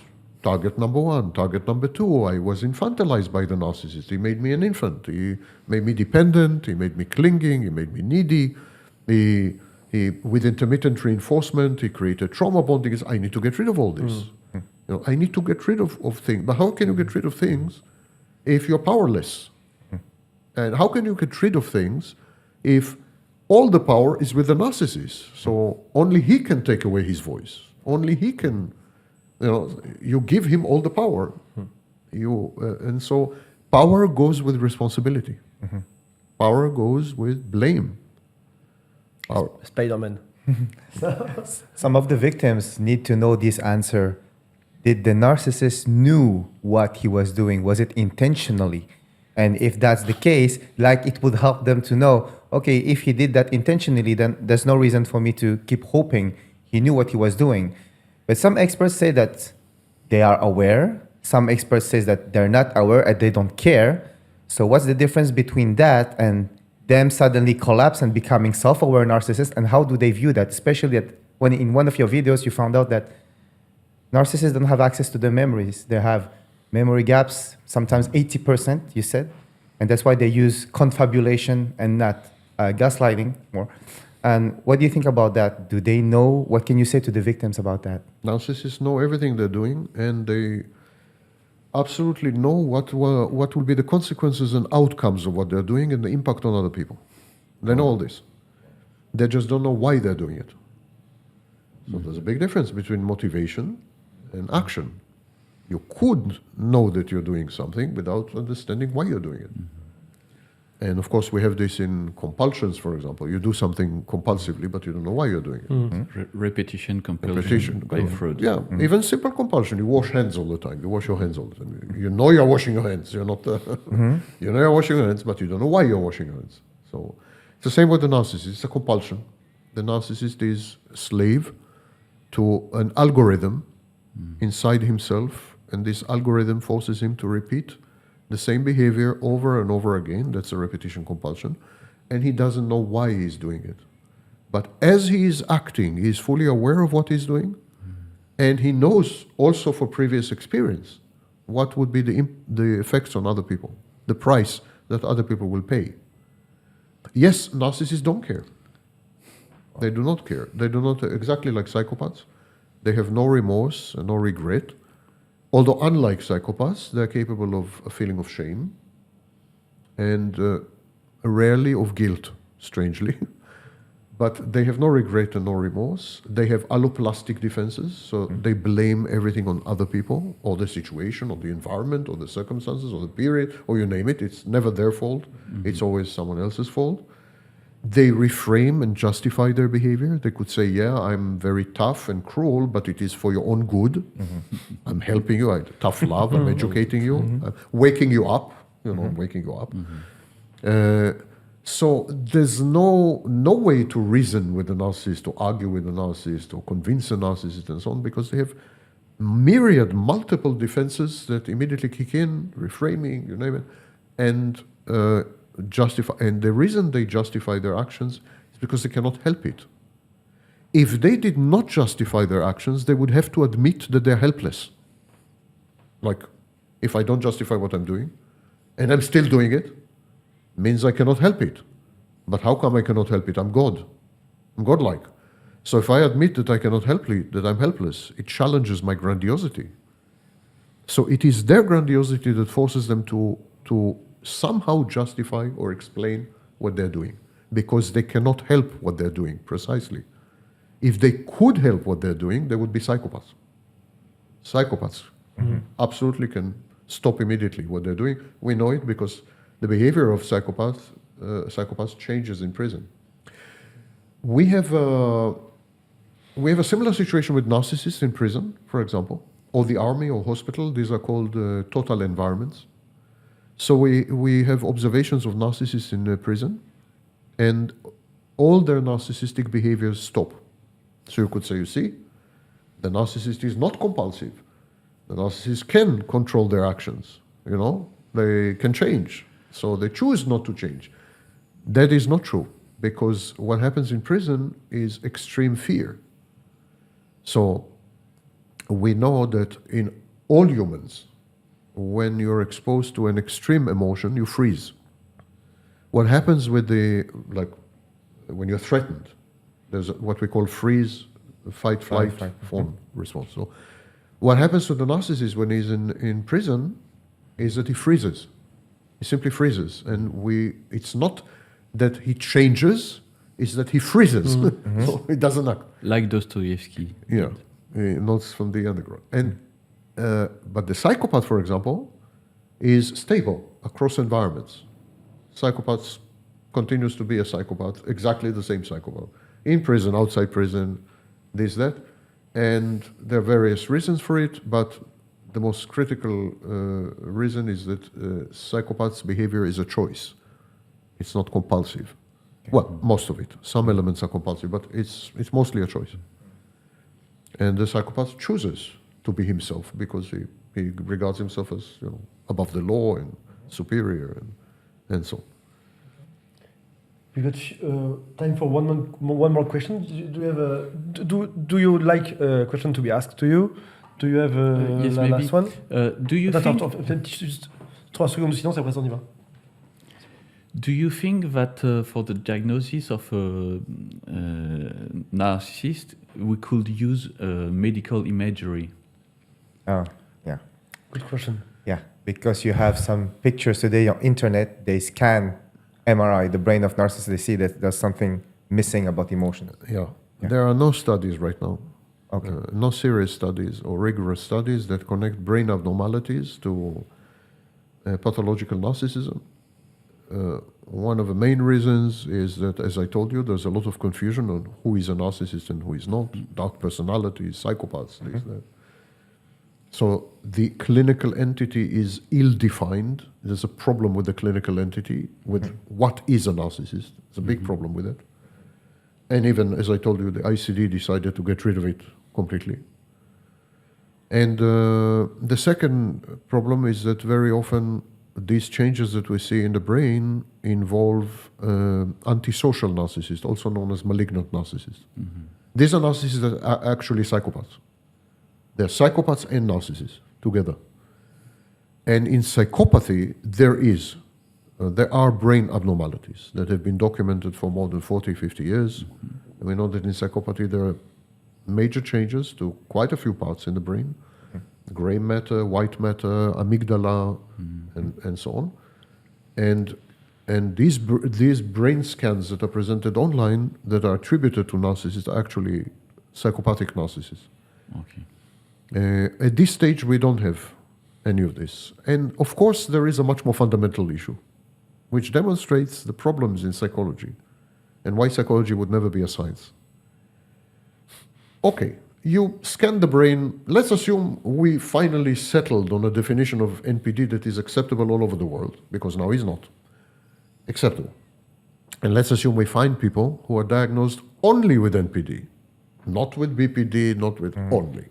We don't know how difficult it is. Okay, let's assume. And let's assume we scan their brains. And let's assume we find brain abnormalities in all of them. And say, voila, is a brain abnormality which is associated with narcissism. Maybe white matter, maybe amygdala, I don't know. Okay, here's the problem. How do you know that it is not the narcissism that created the changes in the brain? We don't scan babies when they're born and follow them for 40 years. We don't know which of them will become narcissists. So it's like we would have to take also for population. 1 million babies, scan them repeatedly for 40 years, 1.7% of them will become narcissists, and then we will know if their brains were abnormal from the beginning, or if it is the narcissism that destroyed the brain gradually. So even if we were to spot brain abnormalities, it would be a meaningless finding, because it could be a lifelong of stress, collapse, mortification, lack of self. It could be a lifelong of these clinical features that destroy the brain, rather than being born with a brain which is problematic. We simply don't have information to. With psychopathy, we have a similar problem. We know that there are brain abnormalities, but we don't know if it's not the psychopathy that caused. But in psychopathy, there's something different, something else. Excuse me for the long answer. In psychopathy, there's something else. There are also differences in the body, not only the brain. So, for example, psychopaths sweat differently. Oh, really? Yeah. They have skin conductance Wow. that is different. They have when they're exposed to fear, the brain reactions in the brain, not the structure of the brain, the reactions in the brain. So we know that the whole body of the psychopath is different. That is the brain.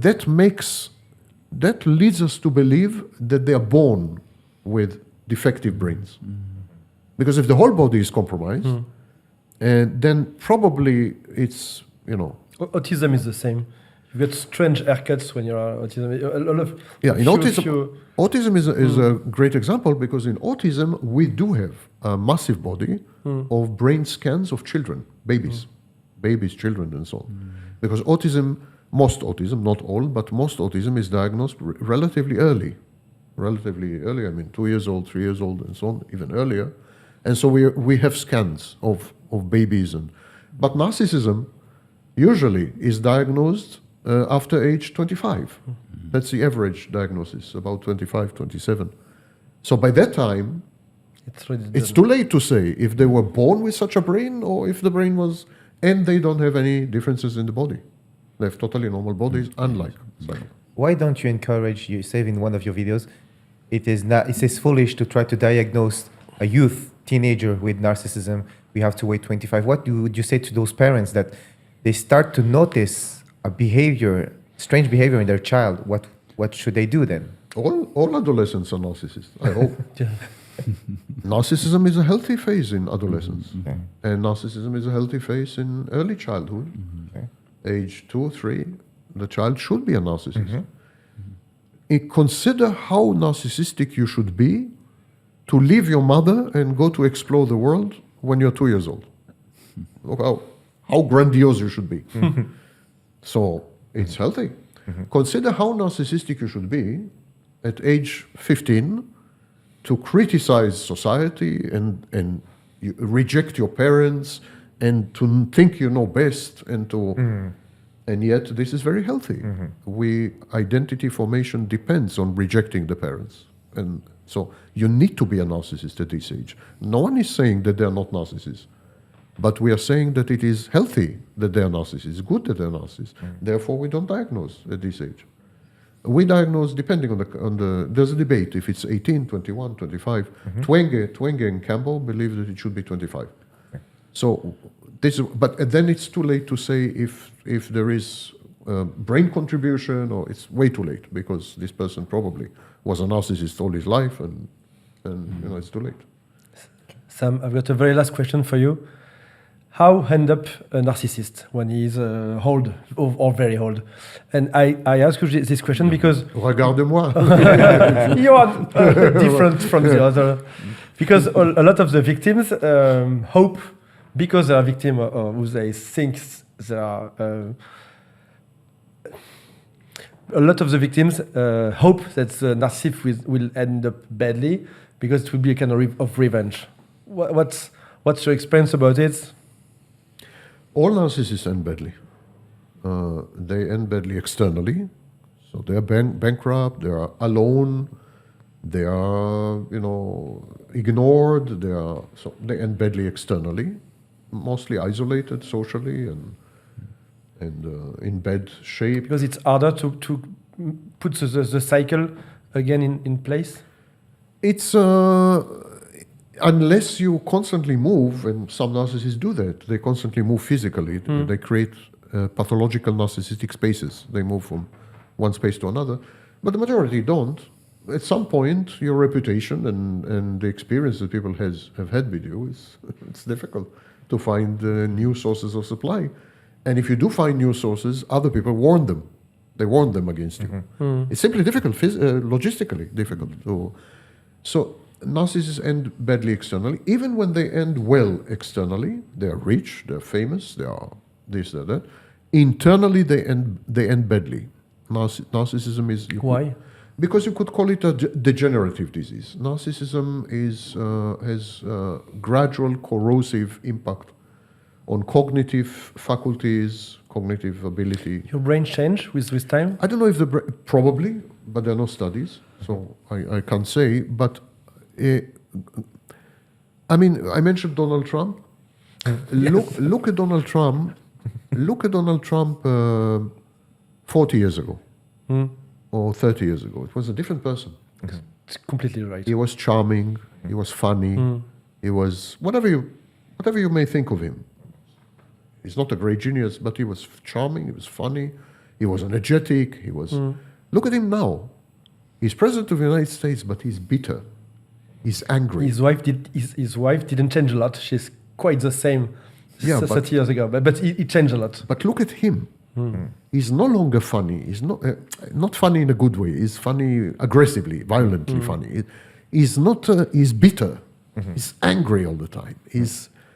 You could say that this is an unhappy man. He pretends to be very happy, but from time to time he says, "Smart people don't like me," or "I know you hate me." Or so. That's true. So he's inside. He's decaying. He's decomposing. He's dying inside. And that is very common to all narcissists. You either pay a price externally or internally, and very often both. As you grow old, your capacity to attract narcissistic supply declines. Of course. If you used to use your body to attract supply, for example, with sexual conquest and so on, it becomes difficult. If your cognition was amazing, if you're truly brilliant and a genius and so on, it becomes more difficult. And your targets are naive when they are 20 years old. They are less naive when they are 50, 60, And or there 70. is the situation that now everyone knows about narcissism, narcissistic supply. It's more difficult now, and you will be easily identified as a narcissist and so on. But even if you put that aside, objectively, your assets depreciate. You're not as handsome. You're not as healthy. You're not as sharp as you used to be. You're not, so it's also difficult to attract supply. Gradually, what most narcissists do, they isolate themselves and they begin to self-supply. They become even more delusional because narcissism is a fantasy. Narcissism is rejection, renouncing reality, and narcissism is a falsification of realities, impaired reality. When you're old, you stay at home and you supply yourself, becoming your own narcissistic source of supply. And Your that's own a fantasy. totally self-contained delusion that no one has access to, and reality is totally ignored. And you become, in my view and in Kernberg's view and others, you become really indistinguishable from psychotic. Indistinguishable from psychotic. Also, Maybe schizophrenia. behavior patterns become psychotic. You are less orderly, you dress less well, you don't groom, so you're neglected. Psychotic people are like that. They don't. Very psychotic. Yeah. We have only 55 minutes left. Sam, thanks a lot Thank you for so your, much. for Thank you your so time much, Sam. today. Thank you for having It's me. an honor after all these years to meet you in person. Thank you for having me. And have a good time in Paris. Okay. Yes. Thank you. We wish you Thank the so best. much. Thank you, and thank you for the work you're doing. Thank Thank you. you. You're Thank you. welcome. Good?